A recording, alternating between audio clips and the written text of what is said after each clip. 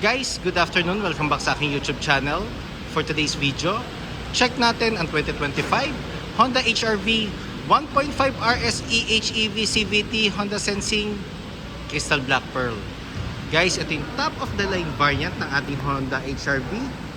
Ang kanyang price is 1,799,000 pesos. Turko na kayo ngayon sa ating featured unit for today. Guys, ito yung newest color ng ating Honda HR-V. Actually, from the previous model, meron na rin siyang tagang Crystal Black Pearl doon sa RS Turbo Engine. Kaya lang, limited ang units na nilabas noon. Kaya siguro, ilang units lang ang nilabas ng Turbo Engine. Pero ngayon, for the hybrid, marami tayong units ngayon.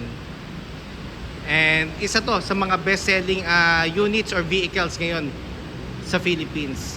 So, dito tayo sa front portion, guys. Nakaano tayo, LED headlights with daytime running lights, LED fog lamps, RS design front grille, and ang maganda dito, guys, may similarity siya doon sa CR-V. Meron siyang outer line na blue lining.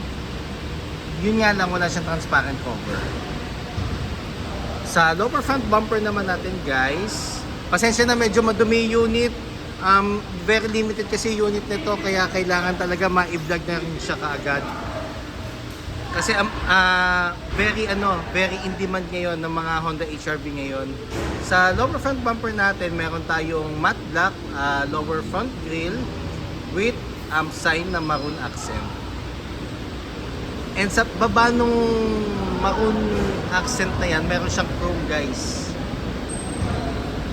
Chrome garnish. Tapos sa pinakababa niya sa lower front bumper talaga is glossy black. So combination siya ng matte black, glossy black and chrome.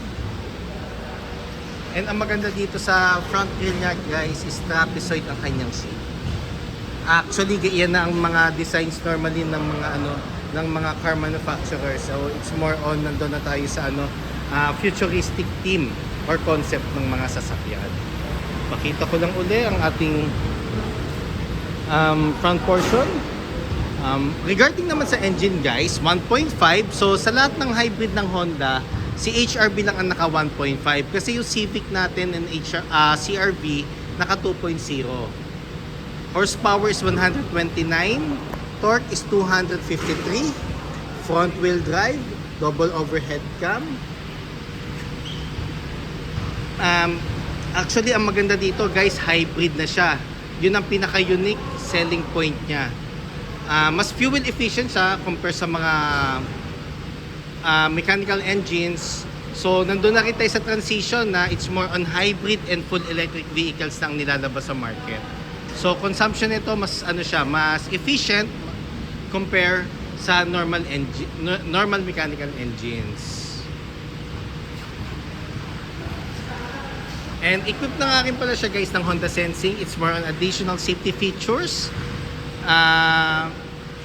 It's more on assistance lang, guys. Hindi tayo pwedeng dumepende like mga lane keep assist, road departure mitigation, auto lights on and off.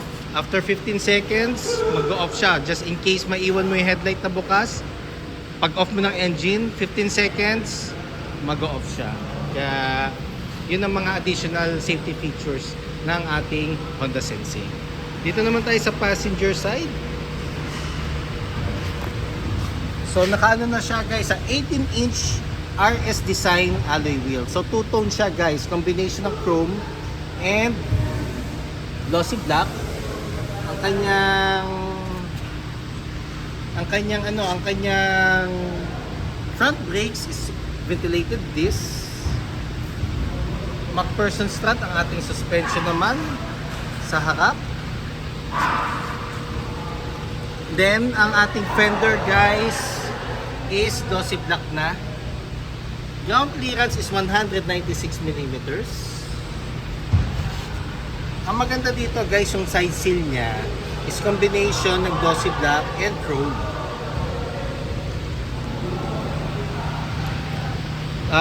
Side mirrors natin is door integrated na. Meron na rin tayong side turning lights. Dito na siya naka-indicate, di na sa fender. Normally mga top of the line naman or RS, sa side mirror na yung turning lights niya. Meron siyang lane watch camera dito. Ang purpose nun is every time na mag-right turn tayo, sa head unit na tayo titingin. Body color door handles with smart entry. Ang door handle natin sa sa back door o second row is nandito sa may pillar. Solid disc naman ang ating rear brakes. Sa taas naman, sa pinaka-roof natin, naka-shark fin antenna tayo, glossy black. Meron na rin tayong tailgate spoiler. Dito na yung third brake lamp niya. And ang maganda dito guys, yung smoke LED tail lights natin. Lalo na paggabi, pag nag-brake ka, kita to, umiilaw yan. So yun yung maganda doon guys. Then meron tayong RS emblem and EHEV emblem. Meron na rin tayong reverse camera, 4-eye backup sensor, which is additional safety feature na very useful sa mga unit owners natin. Meron tayong guiding sound pag-aatras tayo.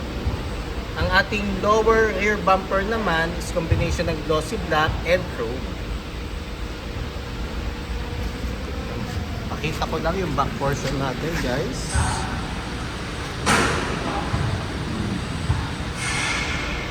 Ang maganda rin dito guys is power tailgate na siya.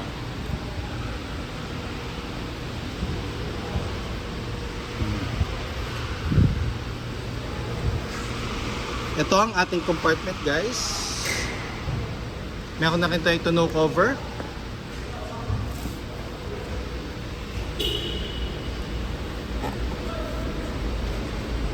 Ang hybrid natin guys, wala siyang spare tire.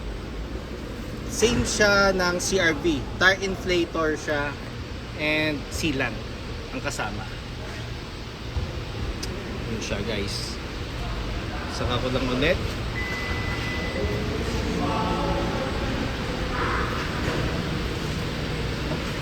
Dito naman tayo sa second row guys.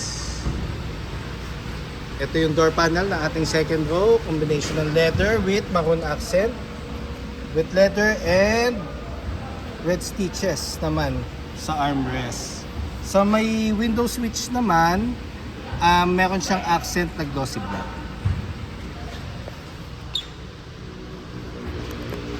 Leather cover na ang ating material sa ating seats. Adjustable headrest. Sa kulay ilaw guys. Ang ating dome light is LED na. Sa middle natin section is meron siyang aircon vent with 2 charging ports na type C. Dito naman sa middle din, meron tayong armrest with 2 cup holders. Di ko na siya maibaba kasi naka-plastic pa siya. Yun nga lang guys, across all variants, ang headroom ng HR-V is medyo mas mababa compare sa mga other model lineups natin. Kasi nga, ang concept niya, it's more on subcompact. Tsaka kung mapapansin nyo guys, mas maliit ang windows niya compare sa mga CR-V natin, Civic, City, and other models. Actually, yun kasi ang pinaka-concept na HR-V, hip and smart siya. Hip and smart vehicle. So, unang labas niyan, way back 2000s. College ako noon, talagang yun na yung tagang design niya. Dito naman tayo sa sa ating driver side. Nandito yung buttons natin, guys.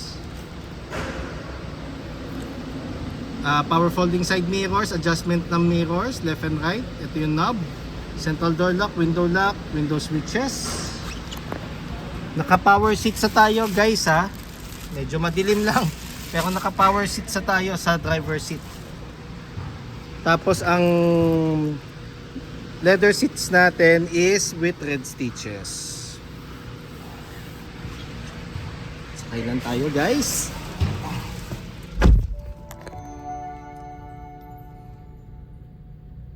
Pag-equip nga pala ng Honda Sensing ang ating unit guys, ang digital panel natin is colored. Ni-start ko muna yung sasakyan at kung mapapansin nyo guys, very ang tahimik. Talagang hindi mo mapapansin na siya,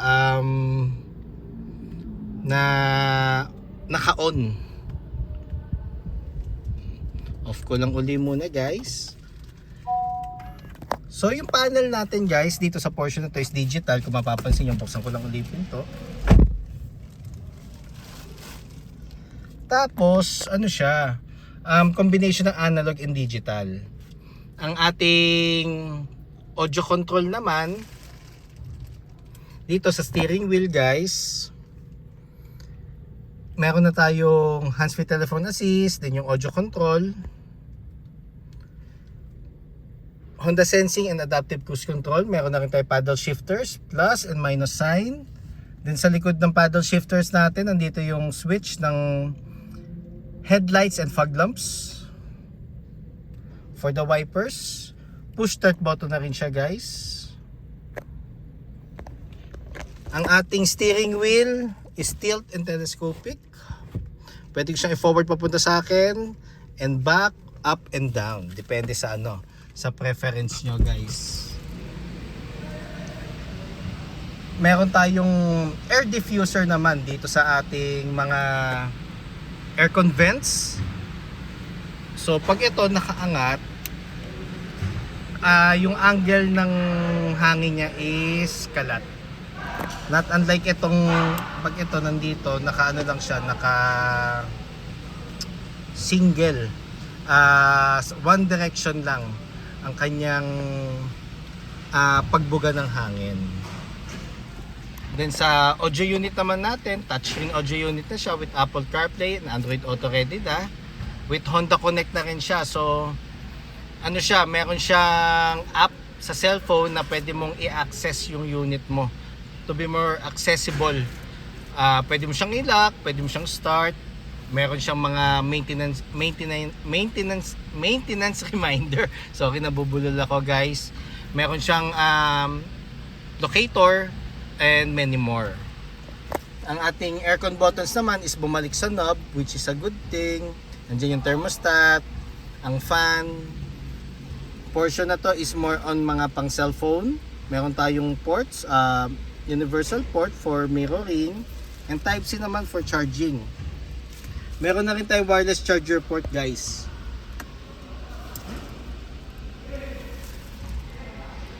Ang transmission portion naman natin, meron na siyang leather cover with red stitches, and yung surroundings ng transmission natin is glossy black. Mas siya, mas premium and elegant tingnan talaga.